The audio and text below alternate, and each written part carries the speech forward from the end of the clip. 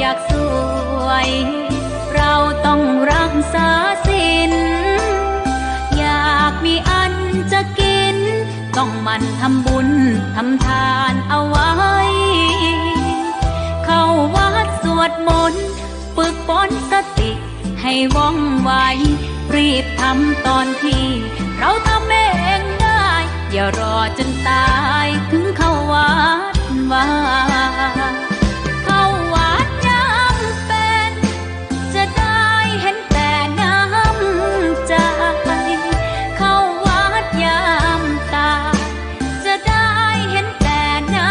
ำตาก่อนจะสายเกินขอเชิญมาใช้ชีวิตให้คุ้มค่าเจริญทานศีลภาวนาสั่งสมบารมีไว้ทำบุญตอนที่ยังมีชีวิตย่อมดีกว่ารอเขาอุทิศบุญให้อย่ามัวหลงเพลินเดินห่างวัดตัวอย่างชัดๆมีมากมายเข้าวัดตอนตายสายเกินแก้กรรม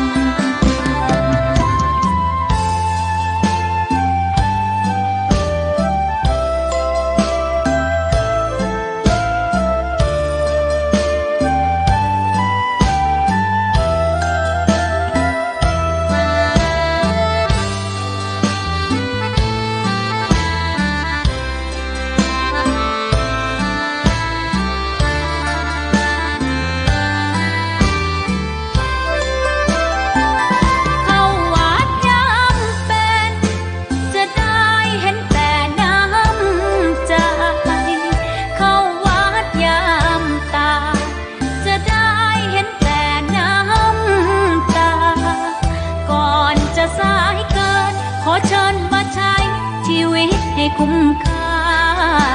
เจริญทานศีลภาวนาสั่งสมบารมีไว้ทำบุญตอนที่ยังมีชีวิตย่อมดีกว่ารอเขาอุทิศบุญให้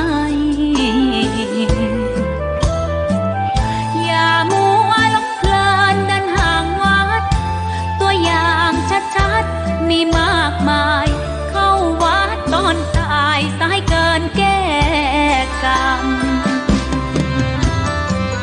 เข้าวัดยามเป็นผลบุญหนุนน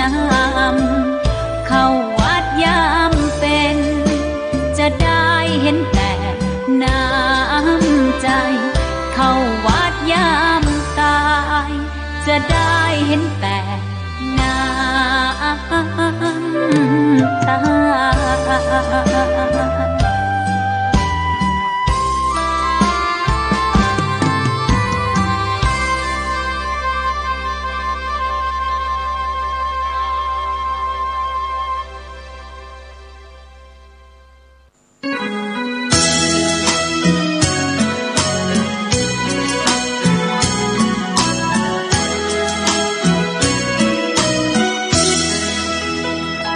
วีดวิววางเวงเพลงแห่งพนา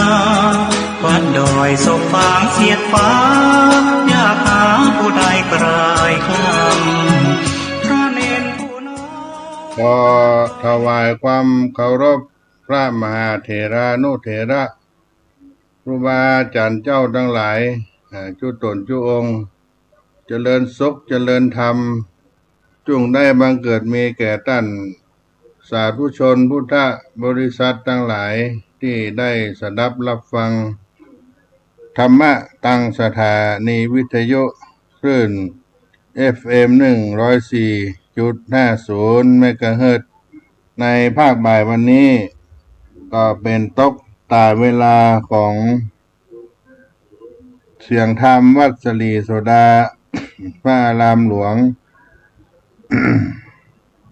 ตำบลสุเทพอำเภอเมืองจังหวัดเชียงใหม่ในช่วงบ่ายวันจันทร์ที่16 กุมภาพันธ์พุทธศักราช2569ก็เวลาบ่ายโมงถึงบ่ายสองโดยประมาณวันนี้ก็ได้ค่อนเวลามาจะเกิงรายการก็จะได้มาอู้มาจากับพี่น้องท่านสาธุชนผู้ฟังทั้งหลายได้มาอู้มาจามาปั้มวบกันในสาระเสียงธรรมวัดสลีโสดาพระอารามหลวงจังหวัดเชียงใหม่โดยอาตมาภาพท่านพระครูปัญญาสังฆการหรือท่านพระครูพรหมินทร์ได้มา ดำเนินรายการกับพี่น้องท่านผู้ฟังทั้งหลายวันนี้เป็นวันพระเดือน5เหนือลง14ค่ำเดือนแฮม14ค่ำรับหนก็เป็นวันพระวันศีลพี่น้องท่านทั้งหลายบางวัดบางวาก็ยังทำบุญตักบาตรกันยามเจ้าตลอดพรรษาตลอดฤดูร้อนฤดูหนาวถึงเรียกว่าหน้าวัดสาหน้าแล้งก็ทำบุญกันตลอดปีนี่ก็เป็นที่น่าอนุโมทนากับท่านทั้งหลายที่มีใจกุศลได้มันบำเพ็ญทานอยู่เป็นนิจบ่ได้ทอดทิ้งหน้าที่ความเป็นชาวพุทธแล้วก็เป็นการบำเพ็ญบุญเป็นภาระนิสงส์ให้กับตัวเฮาการให้ทานก็ย่อมเป็นที่รักที่ชอบใจแก่คนหมู่มากผู้คนทั้งหลายก็อยากจะคบหาสมาคมตัวกินคุณงามความดี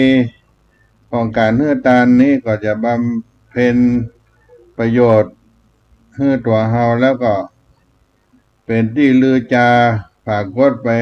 ทั่วทิศทั่วเมืองทั่วบ้านคนที่ให้ทานก็ย่อมมีธรรมะ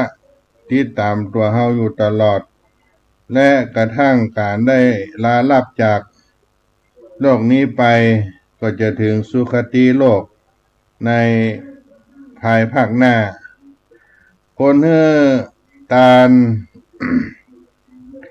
ข้าวและน้ำก็ชื่อว่าฮื้อกำลังฮื้อผ้าเครื่องนุ่งห่มชื่อว่าฮื้อผิวพรรณวรรณะฮื้อยานพาหนะชื่อว่าฮื้อความสุขทางกายและใจฮื้อประทีปดวงไฟชื่อว่าฮื้อดวงตาฮื้อที่อยู่อาศัยก็ได้ฮื้อทุกสิ่งทุกอย่างคือฮื้อกำลังฮื้อผิวพรรณฮื้อความสุขและฮื้อดวงตาเป็นปัญญาการดำเนินชีวิต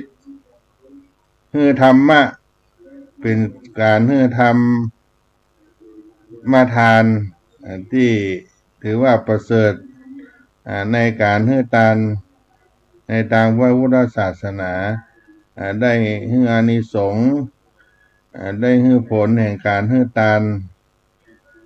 ซึ่งการฮื้อการทานนั้นเป็นการเสียสละเอื้อเฟื้อเผื่อแผ่แบ่งปันสิ่งที่เราได้ทำไปเพราะว่าจะเป็นปัจจัยสี่แม้แต่วิชาความรู้คำปรึกษาการแนะนำการให้กำลังใจการแบ่งปันน้ำใจให้เกียรติกับการร่วมงานเพื่อเกิดให้ความสร้างสรรค์และในกลุ่มของคณะหมู่ชนทั้งหลายเหล่านี้ก็ถือว่าทาน เป็นการประสานมิตรภาพเป็นอย่างดีผู้ที่ให้ย่อมเป็นที่รักของผู้รับบอกว่าคนหรือสัตว์ที่พระพุทธองค์ได้ตรัสว่าถ้ามาโนปิโยโหติผู้ให้ย่อมเป็นที่ฮักและพร้อมกันนี้ก็เป็นที่ได้กล่าวไปในอานิสงส์ ของการให้ทานแล้วก็เป็นเรื่องของน้ำใจไมตรีที่สำคัญอย่างหนึ่งที่เอื้อเฟื้อเมตตาต่อกัน คนที่มีน้ำใจ มีจิตใจเอื้อเฟื้อเป็นคนที่มีเมตตามีความหวังดีต่อสรรพสัตว์ทั้งหลายอยู่เสมอพยายามที่จะจะพูดในสิ่งที่สร้างสรรค์ความมีน้ำใจหรือใจเอื้อเป็นคุณธรรมที่เกี่ยวข้องในธรรมะสองหมวดเรียกว่าพรหมวิหารธรรม สังฆาวัตถุธรรมพรหมวิหารสี่สังฆาวัตถุสี่จะแยกออกจากกันไปมาได้ในภาคปฏิบัติเพราะคนที่มีน้ำใจช่วยสร้างสรรค์สังคมเป็นสมาชิกที่ดีต่อสังคมจะมีหลักความประพฤติในพรหมวิหารมีคุณธรรมภายในเป็นพื้นฐานของจิตใจ เป็นต้นว่ามีเมตตามีความฮักปรารถนาดีมีไมตรีหวังดีต่อผู้อื่นต้องการช่วยเหลือให้ทุกคนประสบประโยชน์ความสุขความมีเมตตาเป็นสิ่งที่จะชำระความโกรธความโมโหในใจความมีกรุณาคือสงสาร อยากจะช่วยเหลือผู้อื่นให้พ้นจากความทุกข์ความกรุณาก็จะชำระความโหดร้ายความคิดเบียดเบียนมีมุทิตาก็คือมีความเบิกบานพลอยยินดีเมื่อเห็นคนอื่นอยู่ดีมีสุขมีใจแช่มชื่นเบิกบานสามารถฝึกตัวเองเพื่ออนุโมทนาในความสุขความเจริญความสำเร็จของคนอื่นได้มุทิตานั้นจะชำระความอิจฉาพยาบาทและข้อที่สี่ในพรหมวิหารธรรมคืออุเบกขา ความมีน้ำใจที่เป็นกลางมองตามความเป็นจริงโดยได้วางจิตสม่ำเสมอมั่นคงเที่ยงตรงพร้อมจะวางตนและปฏิบัติตามหลักการเหตุผลและความเที่ยงธรรมอุเบกขาจะจัดการกับจิตใจที่ขึ้นลงจิตใจที่วุ่นวาย ขาดความหนักแน่นความมั่นคงบำเพ็ญการสงเคราะห์ซึ่งเป็นคุณธรรมภายนอกที่พึงแสดงออกตามหลักธรรมสงเคราะห์หรือเครื่องยึดเหนี่ยวใจคนและประสานหมู่ชนไว้ในสามัคคีการเนื้อตาลคือเอื้อเฟื้อเผื่อแผ่เสียสละแบ่งปันช่วยเหลือสงเคราะห์ด้วยปัจจัยสี่ได้แก่ทุนหรือทรัพย์สินสิ่งของตลอดจนความรู้ความเข้าใจในศิลปวิทยามีปิยวาจามีกำอู้กำจาไพเราะน่าฟังชี้แจงแนะนำที่เป็นประโยชน์มีเหตุผลจักจุงในทางที่ดีงามหรือคำแสดงความเห็นอกเห็นใจเพื่อกำลังใจหู้จักเพื่อเกิดความเข้าใจดีสมานสามัคคีทำให้รักใคร่นับถือและช่วยเหลือเกื้อกูลกันอัตถจริยาบำเพ็ญประโยชน์ผู้อื่นช่วยเหลือด้วยแรงกายขวนขวายช่วยเหลือกิจการต่างๆบำเพ็ญสาธารณประโยชน์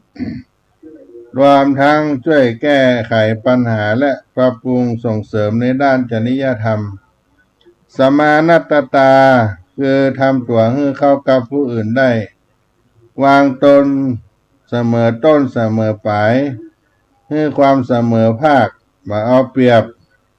และเสมอในสุขทุกข์ร่วมสุขร่วมทุกข์ร่วมรับรู้ร่วมแก้ไขปัญหาเพื่อให้เกิดประโยชน์สุขร่วมกันช่วยด้วยความรู้ช่วยด้วยถ้อยคำช่วยด้วยกำลังงาน ช่วยด้วยการร่วมเผชิญและแก้ปัญหา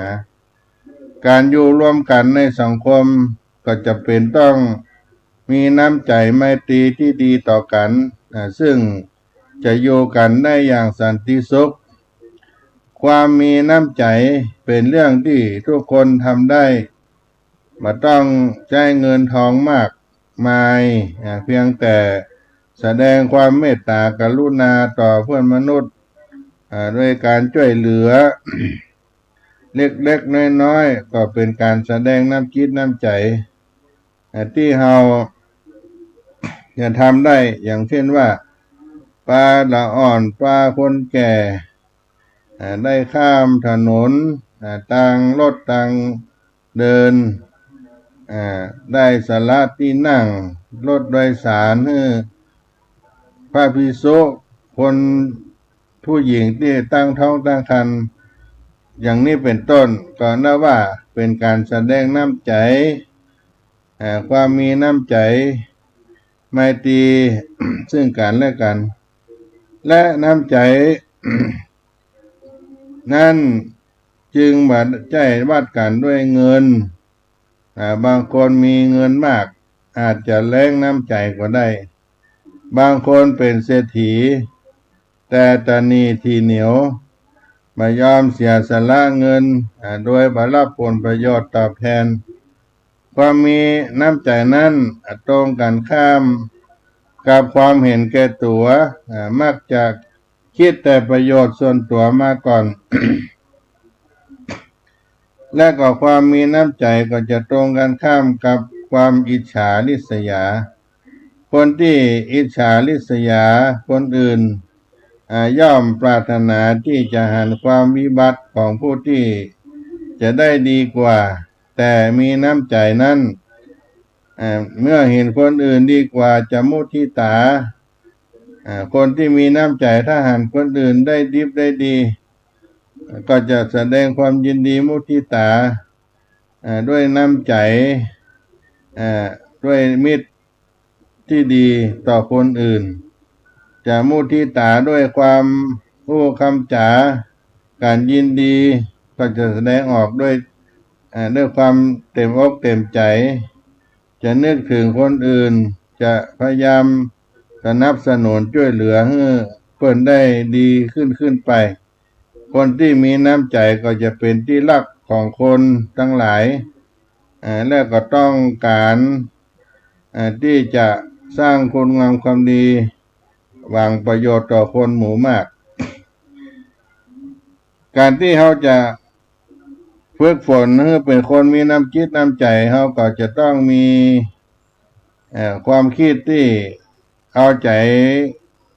เปิ้นมาใส่ใจตัวคิดถึงหัวอกคนอื่นแสดงต่อผู้อื่นเหมือนที่เราต้องการคนอื่นแสดงที่ดีต่อเราเอาใจเขามาใส่ใจเราเอาใจเปิ้นมาใส่ใจตัวทำดีกับคนอื่นก็บ่ต้องหวังผลตอบแทนบอกว่าความดีนั้นจะเป็นเพียงเล็กน้อยหรือสิ่งที่ยิ่งใหญ่ก็ตามจะฝึกคนตนเมื่อเป็นคนมีน้ำใจก็จะต้องเป็นผู้ให้มากกว่าผู้รับและแสดงน้ำใจกับคนรอบข้างไปที่ไหนอาจจะมีของติดไม้ติดมือเอามาปั่นมาฝากญาติมิตรของเราคนใกล้ชิดเหล่านี้เป็นต้นเป็นการแสดงน้ำจิตน้ำใจไม่จำเป็นจะต้องใช้เงินทองมากมายและเป็นผู้เสียสละกำลังทรัพย์สติปัญญากำลังกายเวลาคนที่ได้รับความเดือดร้อนก็จะเป็นที่พึ่งพา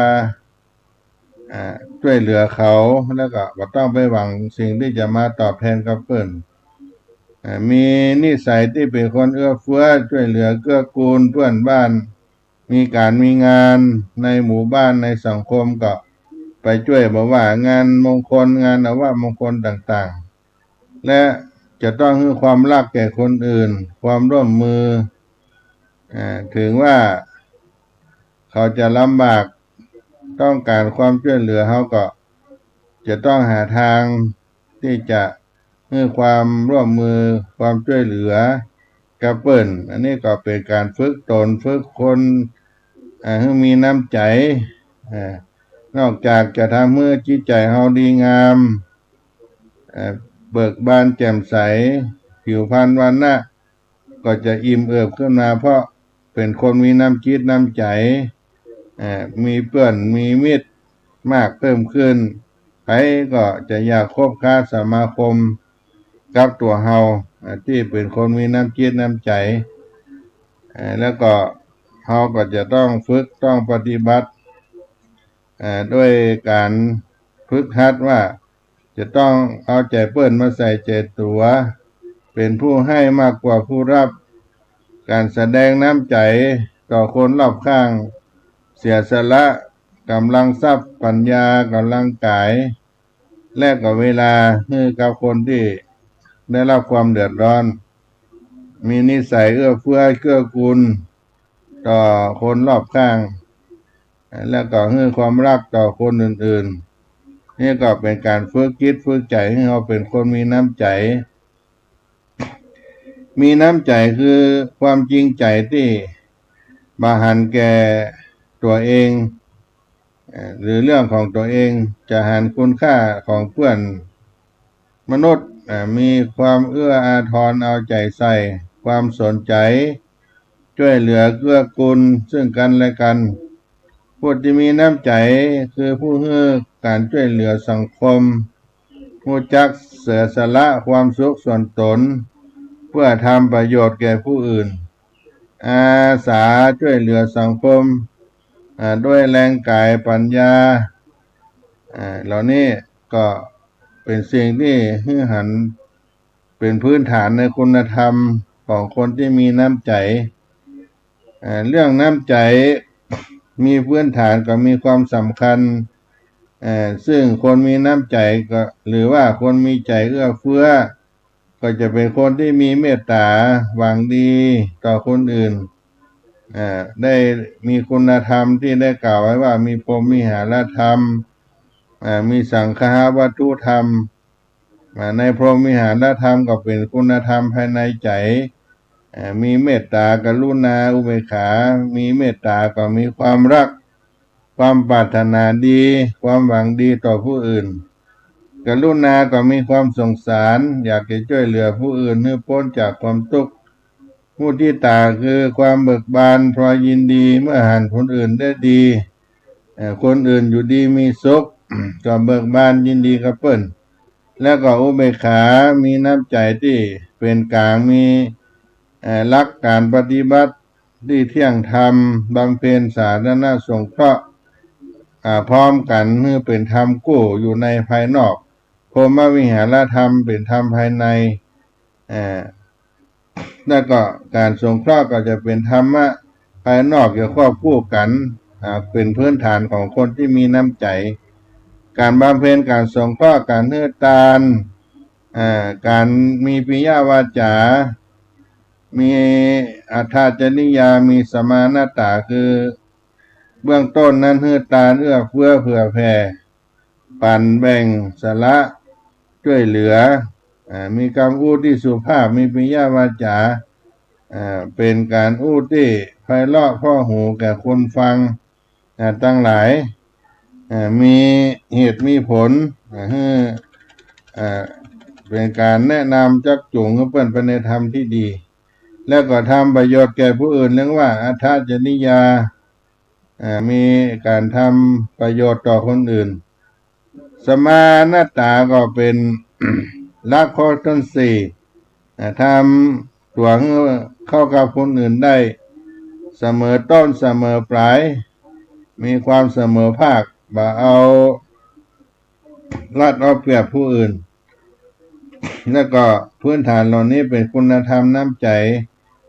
ประโยชน์ต่อการอยู่ร่วมกันในสังคมแล้วก็จะเกิดความสงบสุขจำเป็นจะต้องมีเกิดขึ้น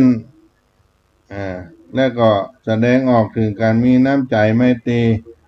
ต่อเพื่อนมนุษย์สรรพสิ่งทั้งหลายความมีน้ำใจเป็นสิ่งที่เราได้ท ได้ทุกคนทำได้ทุกคนเอาใจเขามาใส่ใจเฮาคิดถึงผู้อื่นแสดงต่อผู้อื่นเหมือนที่เฮาต้องการให้คนอื่นแสดงต่อเฮาสามารถทำดีต่อผู้อื่นด้วยบ่หวังสิ่งที่ตอบแทนเป็นผู้ให้มากกว่าเป็นผู้รับแสดงน้ำใจกับคนรอบข้างเสียสละกำลังทรัพย์ปัญญากำลังกายและเสียสละเวลาให้กับผู้อื่นที่ได้รับความเดือดร้อนดังนั้นถ้าเรามีจิตใจเอื้อเฟื้อเกื้อกูลให้ความรักแก่คนอื่นให้ความร่วมมือได้ช่วยเหลืออย่างเต็มความสามารถด้วยความจริงใจก็จะเกิดเป็นที่รักแก่คนทั้งหลายคนทั้งหลายก็จะอยากจะคบค้าสมาคมกับเฮาในการอยู่ในสังคมก็จะร่มเย็นเป็นสุขในประการหนึ่งการที่จะมีพื้นฐานแห่งความมีน้ำใจด้วยการปฏิบัติในด้านจิตใจเจริญสมาธิภาวนาสวดมนต์ก็เป็นการปลูกฝังให้จิตใจของเรามั่นคงแน่วแน่เอาพระรัตนตรัยเป็นที่พึ่งที่ระลึกให้เกิดขึ้นกับเราเมื่อเรามีสมาธิมีจิตใจที่มีสติก็จะเป็นคนมีเมตตาทำคุณงามความดีต่อกับคนอื่นได้และเป็นคนที่มีคุณธรรมนี่ก็เป็นการฝึกให้เกิดปัญญาเกิดขึ้นกับเราให้เกิดขึ้นในด้านศีลทานปัญญาจะเกิดขึ้นกับเราด้วยธรรมะที่มีสติปัญญาให้เกิดขึ้นพินิจพิจารณาเหล่านี้ก็เป็นสิ่งที่เราได้ทำแล้วเป็นคุณธรรมของคนมีน้ำใจมีลักษณ์ของพรหมวิหารธรรมมีสังฆวัตถุธรรมอันนี้เรียกว่าเป็นผู้มีจิตใจเอื้อเฟื้อเผื่อแผ่ให้แก่คนทั้งหลายก็จะเป็นที่ฮักแก่คนทั้งหลายเป็นที่คบหาแก่คนทั้งหลายชื่อเสียงก็อย่าเลื่องลือไปธรรมะก็จะติดตามตัวเฮาไปตลอดจนถึงเวลาที่เฮาได้ละสังขารไปจิตใจก็จะไปสู่สุคติโลกภูมิมีสวรรค์เป็นต้นในภายภาคหน้าเรียกว่าคุณธรรมที่มีน้ำจิตน้ำใจมีการให้ทานเป็นต้นได้มามาจากกับพี่น้องท่านผู้ฟังก็พักสักกรรมก่อนเนาะญาติโยมท่านผู้ฟังทั้งหลายรายการธรรมวัสลีโสดาพระธรรมจริกท่านพระครูปัญญาสั่งข้าการมามาจากมาพบพี่น้องท่านทั้งหลายท่านพระครูปัญญาสังฆการก็เป็นตัวแทนคณะสงฆ์วัดสลีโสดาได้มาดำเนินรายการในวันนี้เนาะ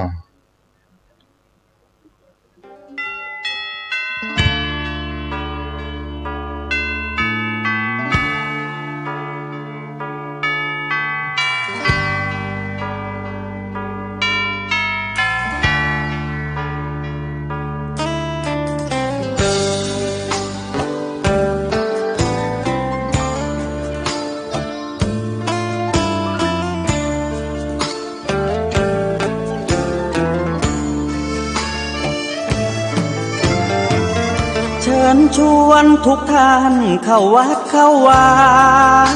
ฟังธรรมะจากหลวงตาเสริมชีวาให้สุขสดใส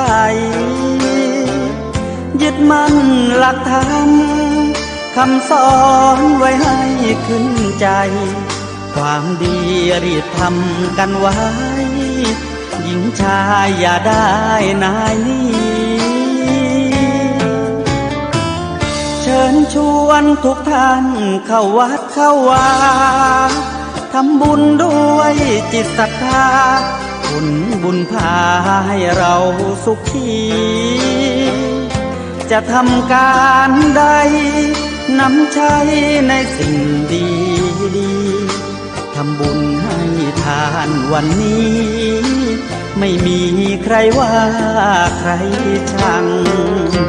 สมัยก่อนประทับใจปู่ย่าตายาย วันพระไม่เคยเบื่อหน่ายจำได้ไม่ลืมสักครั้ง เหตุใดวันนี้ มีคนเข้าวัดน้อยจัง อยากให้เหมือนก่อนอีกครั้งฝากความหวังกับคนรุ่นใหม่ เชิญชวนทุกท่านเข้าวัดเข้าวารับศีลรับพรหลวงตา เสริมคุณค่าให้กับจิตใจ กระทำความดี เรื่องนี้ไม่ต้องอายใคร ว่างจากการงานเมื่อใด เชิญชวนท่านไปทำบุญ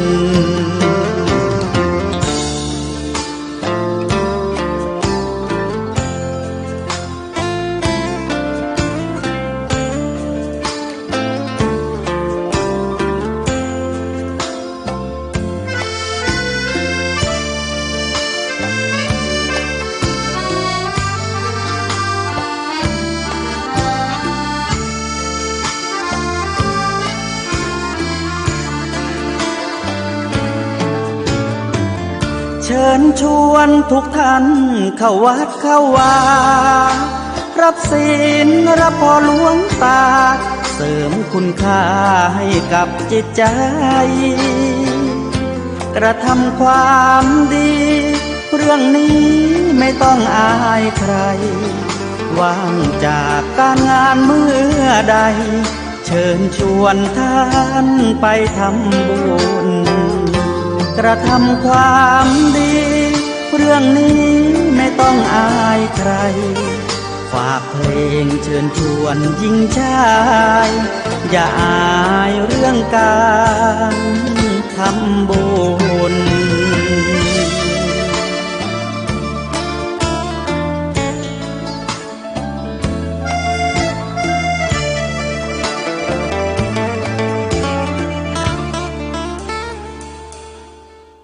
ก็มาอู้จากันถึงเรื่องการให้ทาน การเสียสละการมีน้ำใจไมตรีที่ดีที่งามในเมื่อค่ำหรือในเมื่อบ่ายในวันนี้ก็ได้มาพบกับผู้ฟังทั้งหลายอาตมาภาพท่านพระครูปัญญาสังฆการ ผู้ช่วยเจ้าวาดวัดสลีโสดาพระอารามหลวงหรือ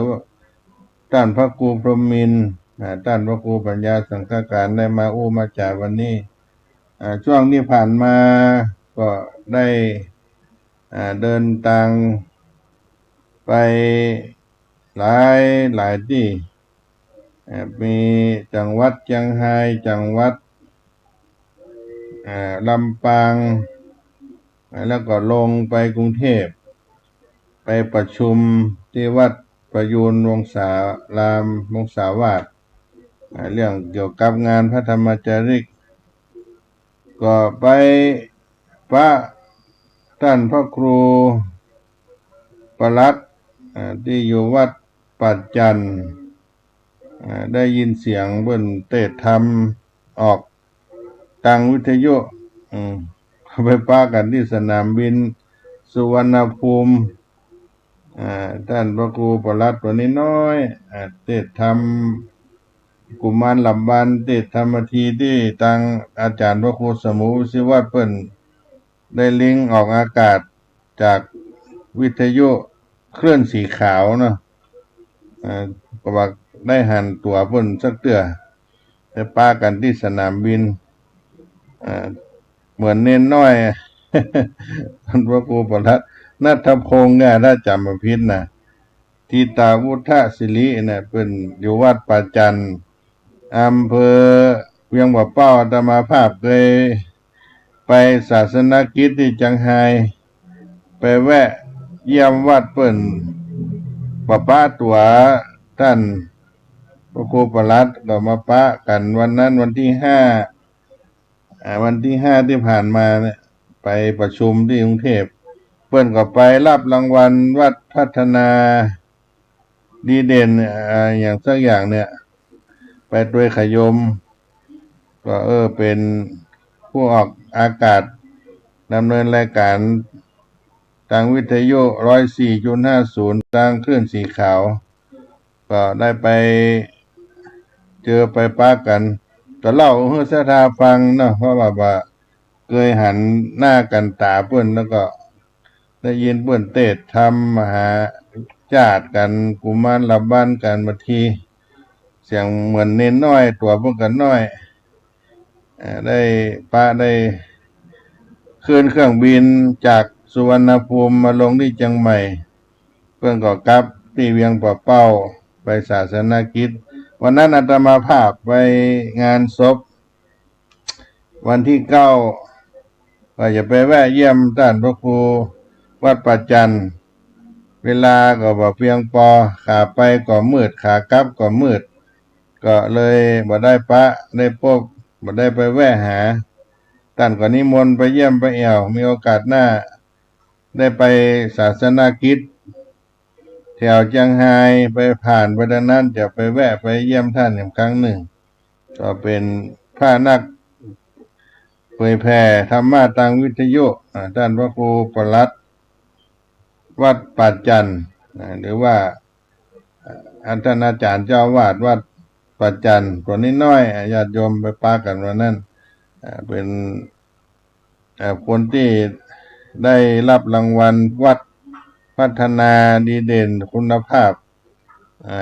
สังคมอะไรต่างๆเนี่ยก็ไปเจอกันนี่ก็มาเล่าสู่กันฟังแต่ท่านได้ไปรับรางวัลก็ไปเจอกันที่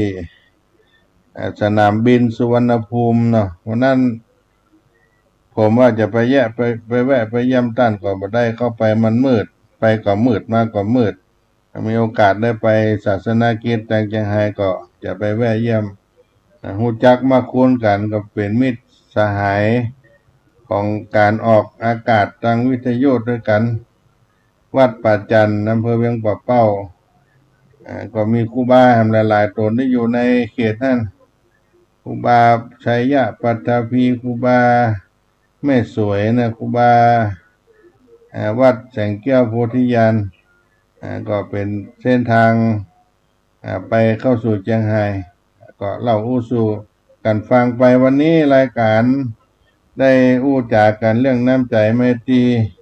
เป็นมิตรที่ดีต่อกันก็จะล่ำลาพี่น้องด้านคนฟังไปเพียงตัวอีก่อนเพราะว่าเวลาจะหมดเสี่ยงไปช่วงนี้